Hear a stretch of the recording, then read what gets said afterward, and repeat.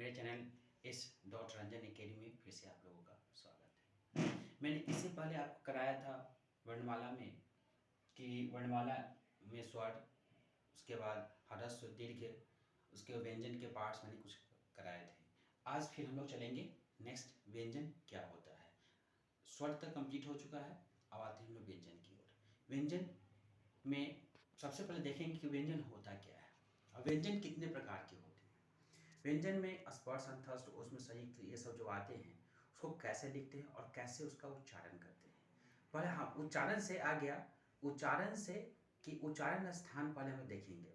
बहुत से बच्चों को मिस्टेक होता है कि सर उच्चारण हम किसी भी शब्द को कैसे करेंगे। तो पहले हम उच्चारण की ओर देखेंगे, पहले व्यंजन समझेंगे, फिर हम उच्चारण को देखेंगे। ठीक है।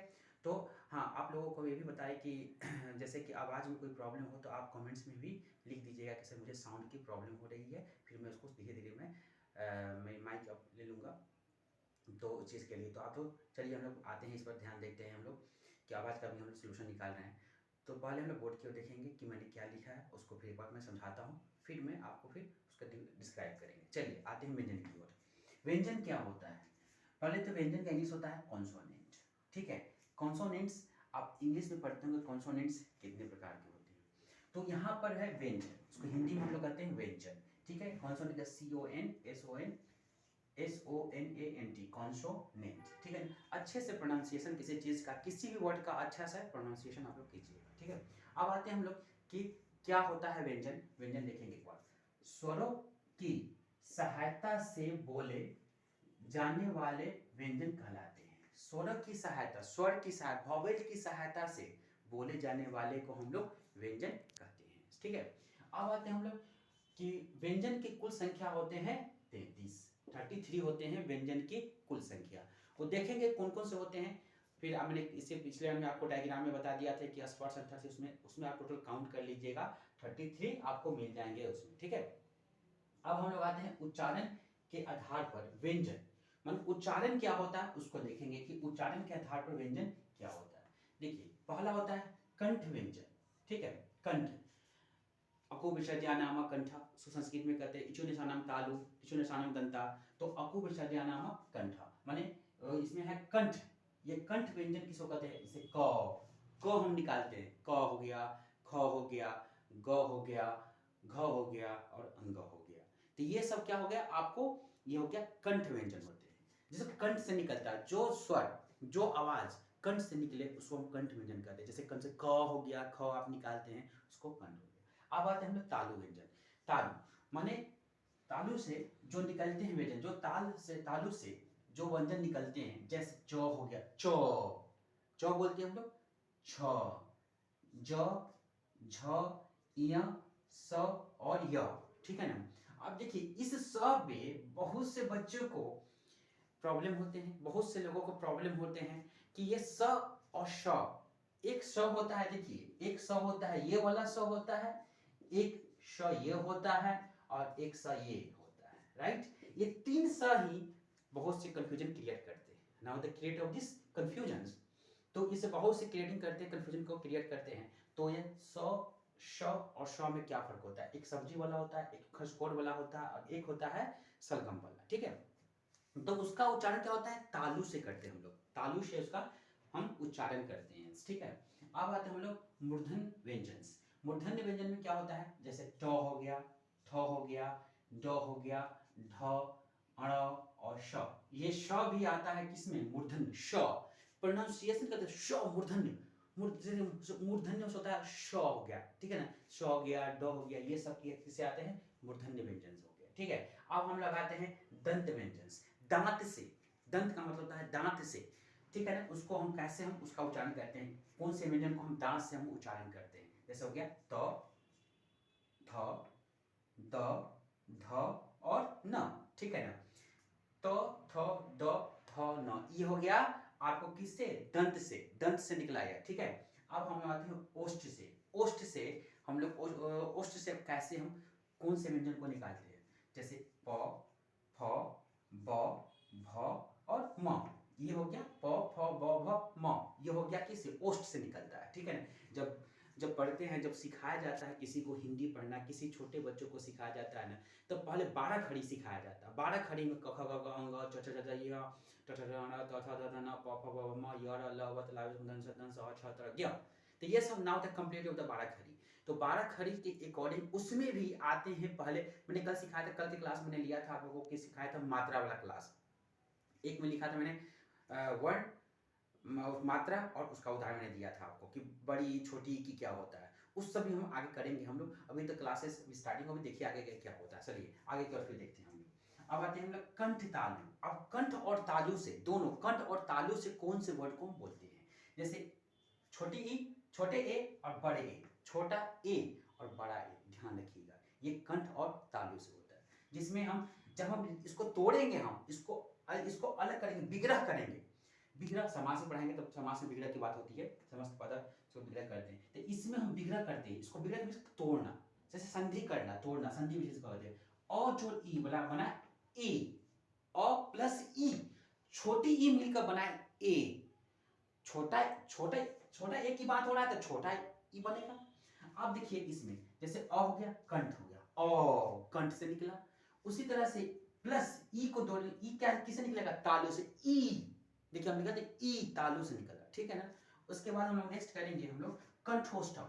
कंठ और ओष्ठ से क्या निकलता है कि ओ, छोटा ओ और बड़ा ओ, ठीक है ना। जिसमें अ प्लस उ मिलकर बना ओ, और छोटा उ मिलकर अ प्लस छोटा उ मिलकर बना ओ। और इसमें अ क्या हो गया, कंठ। अ क्या हो गया, कंठ। अ का निकला क्या, कंठ से निकला, ठीक है ना। अ प्लस उ कंठोष, ओष्ठ हो गया। देखिए अ का हो गया कंठ, आप प्लस उ का निकला किससे, ओष्ठ से। उ निकालते हैं ओष्ठ से। कभी आप बैठकर, कभी मिरर के सामने बैठकर आप ये रियाज कीजिएगा। इसमें से 100% हर एक कंपटीशन के एग्जाम में जिसमें हिंदी का पेपर पूछा जाता है, इसमें से कम 3 या 4 क्वेश्चन तो रहते ही हैं। आप लोग ध्यान से बीपीएससी से लेकर सीटेट से लेकर जितने भी एग्जाम होते हैं सब में ध्यान रखिएगा, इससे क्वेश्चन आएंगे ही आएंगे, ठीक है। तो ध्यान से देखिएगा, आप लोग और कीजिएगा, ठीक है। और यह वीडियो सबके लिए है, जितने भी कंपटीशन की तैयारी कर रहे हैं, बच्चे से लेकर बड़े से लेकर जितने भी तैयारी कर रहे हैं, सबके लिए ये वीडियो आपको लोगों को यूजफुल होगा, ठीक है। चलिए नेक्स्ट हम आते हैं दंतोष्ठम। दंत ओष्ठ, दंत ओष्ठ में क्या होगा, व, दंत ओष्ठ से होता है व, ठीक है। तो ये जितने भी है उच्चारण, एक बार आप लोग एक नजर से आप लोग इसको देख लीजिए, ठीक है।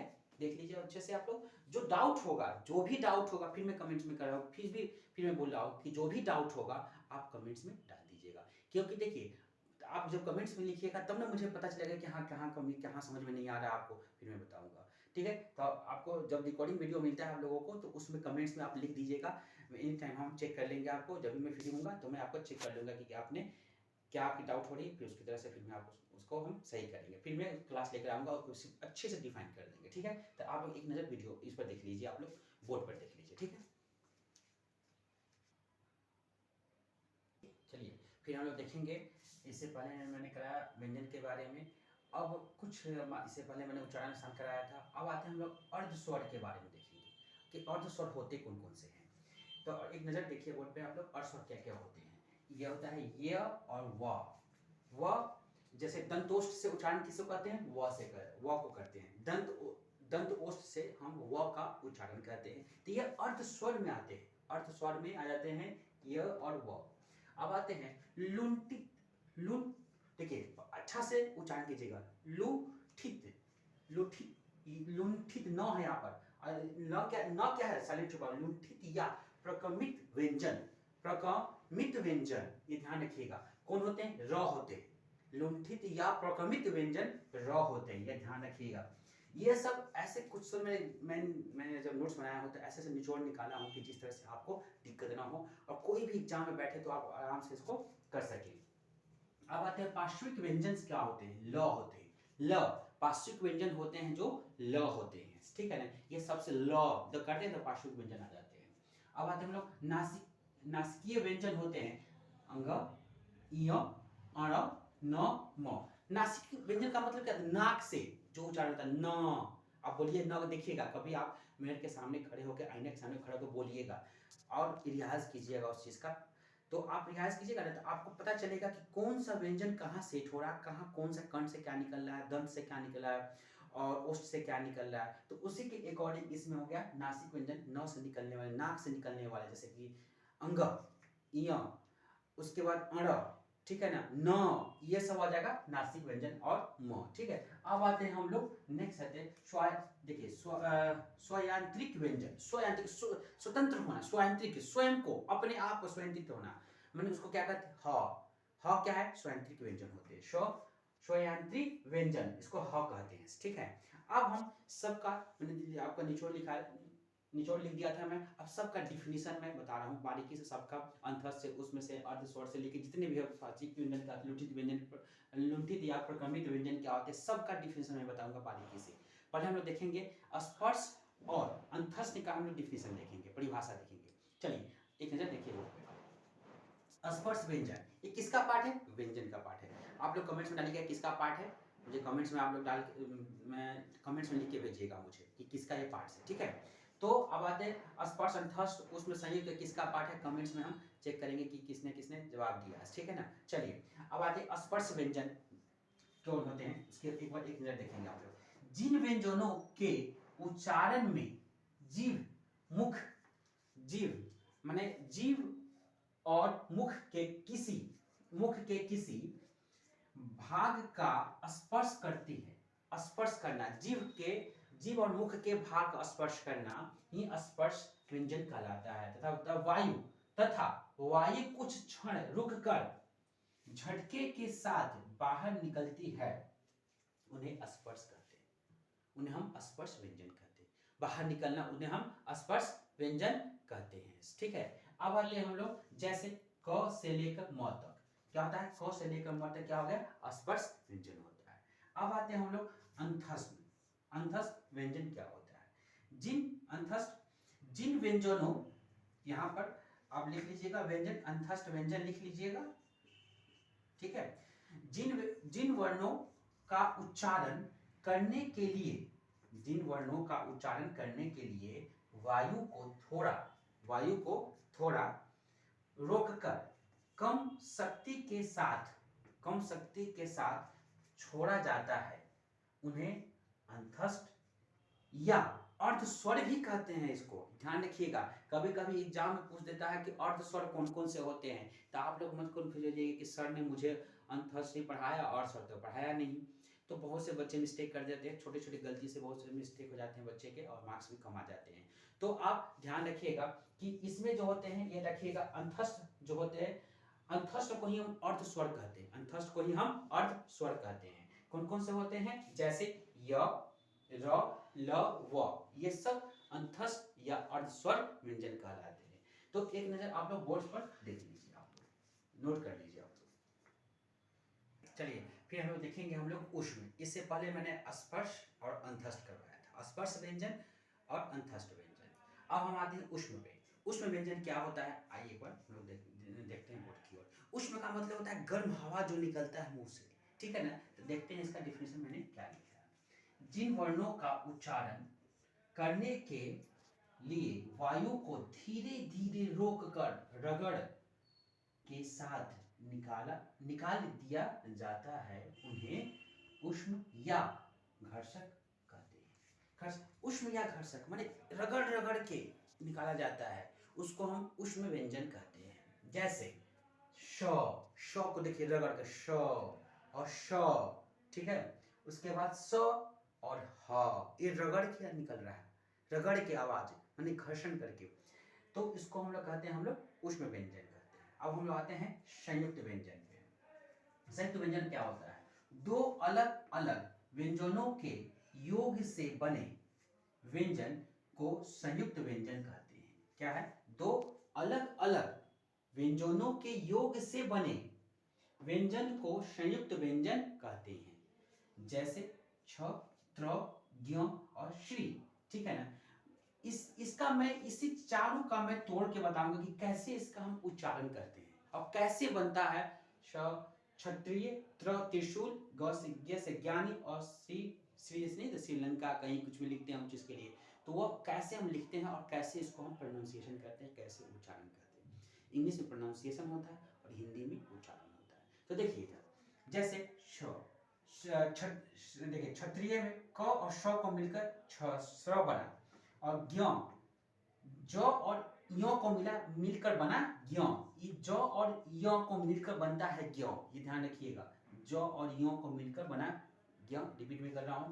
और त्र, त और र को मिलकर, ये त और र को मिलकर बनता है त्र, त से त्रिशूल, ठीक है। और श्री, स और र, देखिए इसका कितना महत्व है श का, कि स जो र का मिलकर श्री बन गया, ठीक है ना। ये ध्यान रखिएगा। श्री लिखते हैं जैसे हम लोग दूसरा नहीं लिखते हैं, श्री, श्री लिखते हैं ना, श्रीमान, श्रीमान लिखेंगे कैसे इसको, श्रीमान, अच्छी तरह से श्रीमान। ध्यान रखिएगा कि ये हलंत होता है, र साइलेंट हो जाता है, श्रीमान श्रीमती लिखते हैं ना चीज के लिए, तो सो र मिलकर बना श्री, ये ध्यान रखिएगा, ठीक है। अब हम लोग आते हैं नेक्स्ट, अयोगवाह क्या होता है। अयोगवाह में कौन कौन से